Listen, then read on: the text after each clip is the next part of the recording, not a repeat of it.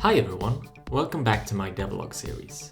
On Friday, I released my first ever solo developed indie game, Sublunar, on Steam. A sci-fi puzzle strategy game where the goal is to convert every settlement in a region over to your faction by performing missions and making strategic upgrades while fending off bandits and subsiding revolts. Thanks to everyone who have bought it so far. This week I thought I would end this ongoing devlog series for the game by going through the entire development journey from idea to release. Let's get into it.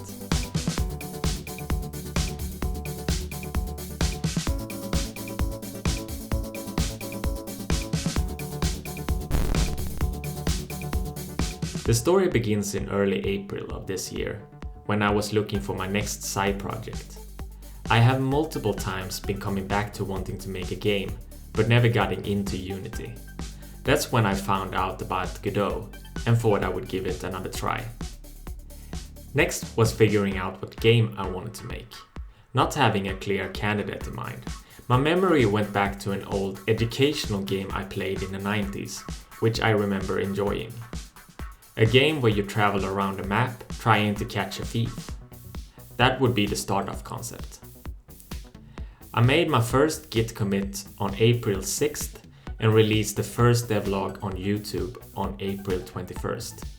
So I was pretty much documenting the entire development from the beginning. During the early stages of development, the game was much more heavily inspired by that initial idea. But instead of trying to catch a thief, you were the thief, traveling around a map, gathering a crew, and performing heists. If you notice, much of that concept is still in the final product today. But after having become more comfortable with Godot and having made a prototype that I found had potential, I started to realize that the setting wasn't too inspiring and was limiting me creatively. That's when I decided to make it a sci-fi game instead and move it into space. At that point, I went back to the drawing board to conceptualize every gameplay mechanic I had in mind into a scalable and flexible UI. This was an entire week spent just trying to visualize all possible interaction design. A week which has proven again and again well spent, since as the game has evolved with new features and added concepts, I have never found the need to go back and rework that core UI again. Following the implementation of the UI, the game started to resemble something playable, and I spent a couple of weeks showing off the game in my devlog series and getting your feedback.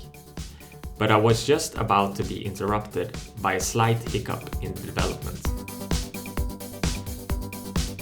In the beginning of July, my first child was born, and I took a break from the development during this amazing time. Such a break can be both a blessing and a curse for a project, as it is nice to get away, to get some perspective, but it is also hard to get back into things again. I experienced a bit of both. Taking this break made me realize what the game was missing, and after 2 months off, it was hard to get back to coding again. But come September, I finally did. What I had come to realize during my break was that the game was lacking motivation. That's when I thought of introducing the concept of factions, which would give you a goal during each map.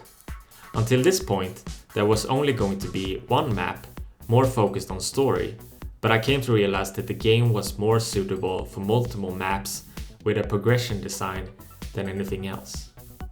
Factions were not the only new feature added during this time.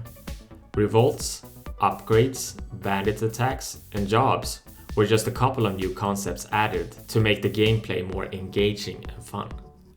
Again, without putting a lot of time on making a scalable UI during the spring, I probably would have needed to rework a lot of things at this point, but instead, not much need at all. When November came around, I realized that the game was close to finish. I could wait to release the game by December, which I had announced earlier, but instead I decided to not drag it out, but push the release ahead 3 weeks. I moved into the testing and marketing phase, which I normally don't spend too much time on, but was determined to make more of an effort this time around, making appearances on podcasts, being active on Instagram, doing a lot of promotional materials, and much more. The last week leading up to the release, I spent simply playing the game a whole lot, making sure there wasn't any major bugs in it before clicking on the release button on Friday, November 13th, 2020. If most game releases are stressful experiences, mine was the exception. I'm pretty happy with the release so far. Now that the game is out, I'm going to be listening to feedback and release regular patches to address any issues people are experiencing. Thanks a lot for following along on this journey, and please check out the game on Steam if you haven't already done so. Links in the description. Speaking of the future, I might be moving into my next game project pretty soon, and will definitely be documenting it similarly to what I've done with Sublunar. I hope to see you then. Thanks.